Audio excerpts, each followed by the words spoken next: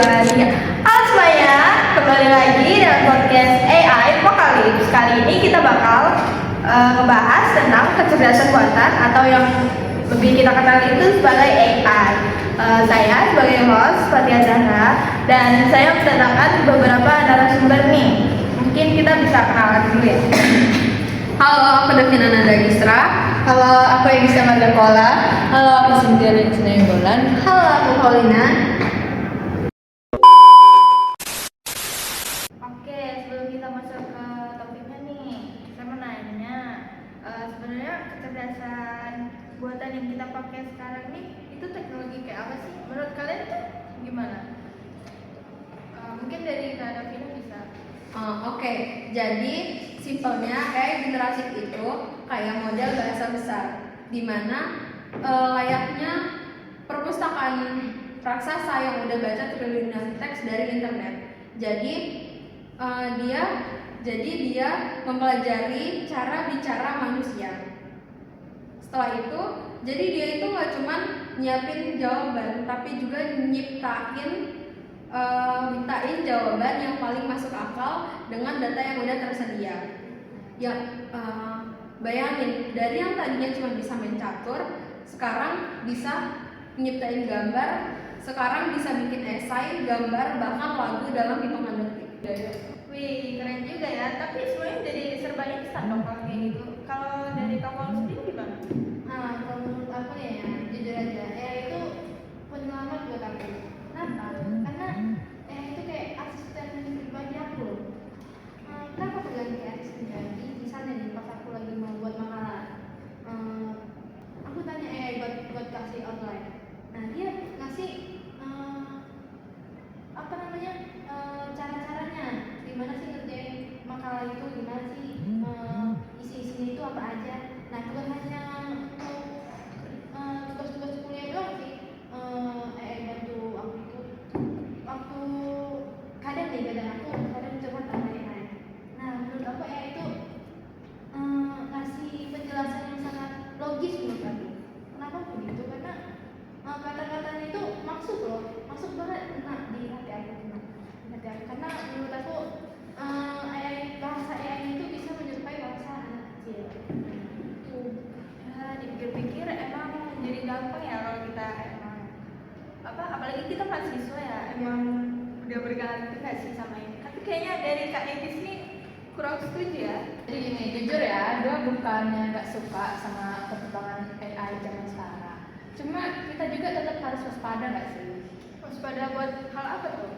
Yang pertama nih ya, kalau apa-apa ditanyain ke AI, kita jadi malas mikir dong, ya kan? Nah, lama-lama juga bakal daya pikir kita tuh jadi tumpul, kita nggak bisa mikir secara spontan, kita harus tanya AI dan bergantung ke AI itu, ya kan? Nah, terus juga yang kedua itu ada masalah halusinasi AI. Kadang AI itu kayak ngasih jawaban tapi kayak ngarang bebas gitu nggak sih? Tapi dia ngasih gayanya tuh kayak meyakinkan banget. Jadi kita tinggal copy paste aja tuh jawaban tanpa cek ulang. Padahal kalau kita cek ulang dulu, itu bisa jadi jawabannya itu salah nggak sih, ya kan? Nah, kayak yang dibilang Pak Ul tadi kan, dia apa-apa ke AI. AI itu jadi asisten pribadinya. Jadi kadang tuh dia pastinya ngasih data pribadi dia dong. Nah, di situ juga kita harus waspada karena privasi kita tuh jadi tersebar kemana-mana. Jadi kita tuh jangan nerima mentah-mentah informasi dari AI itu. Ingat ya Pak Ul ya? Ya, Ya Kak, tahu tuh. Ini Kak. Oh, berarti AI ini lebih berdampak ke kehidupan kita ya daripada ke lingkungan, ya nggak sih? Enggak loh, teman-teman tahu nggak sih, setiap kita punya satu pertanyaan ke AI itu butuh daya komputasi yang sangat besar di data center. Nah, AI ini kan pasti punya server nih. Server ini pasti butuh daya listrik yang besar banget juga.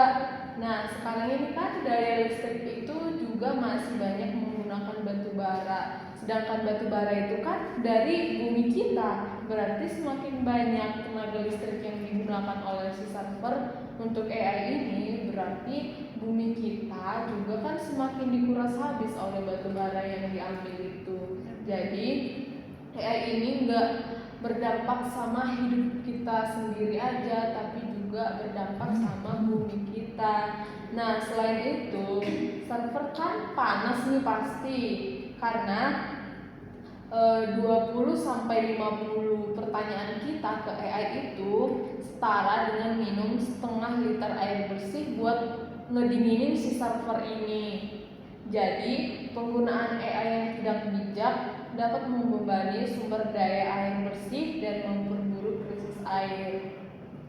Terus, makin sering kita tanya iseng nih ke AI, kayak Pau kan curhat-curhat ke AI, itu pasti makin besar loh bebannya untuk bumi kita. Secara kan air bersih digunain untuk ngedingin si servernya AI ini.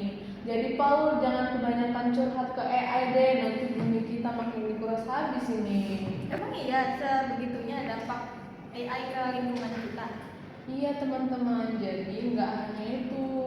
Jadi penggunaan AI yang berlebihan dapat meningkatkan emisi rumah kaca dan memperburuk perubahan iklim. Kemudian penggunaan AI yang tidak bijak dapat membebani sumber daya air bersih dan memperburuk krisis air.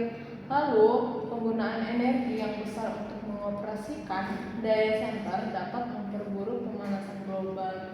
Jadi AI ini gak cuma berdampak buruk bagi hidup kita sendiri, tapi juga mempunyai dampak buruk bagi bumi kita, bagi lingkungan kita sendiri, begitu.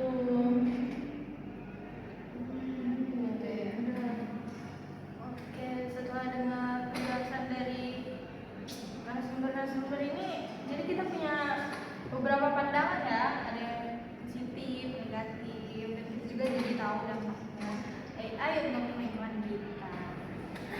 Dengan penjelasan tadi jadi mikir 2 kali ya buat tanya-tanya hal nggak jelas ke AI.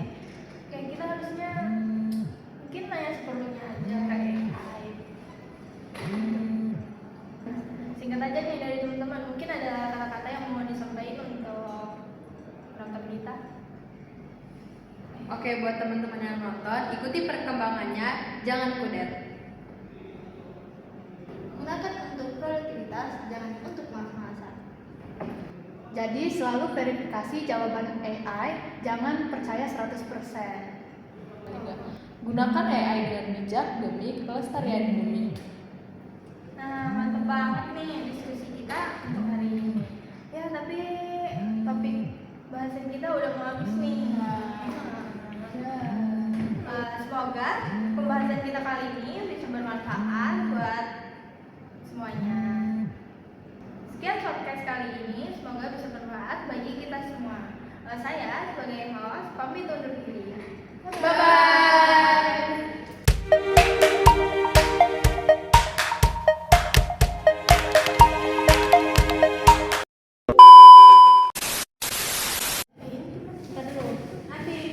Gak mirip. Iya mirip.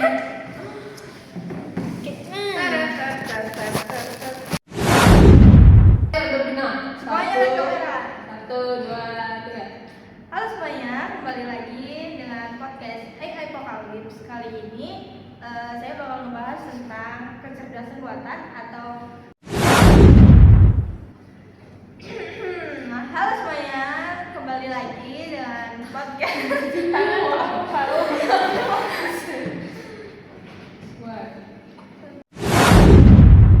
Nyiapin jawaban, tapi juga nyiptain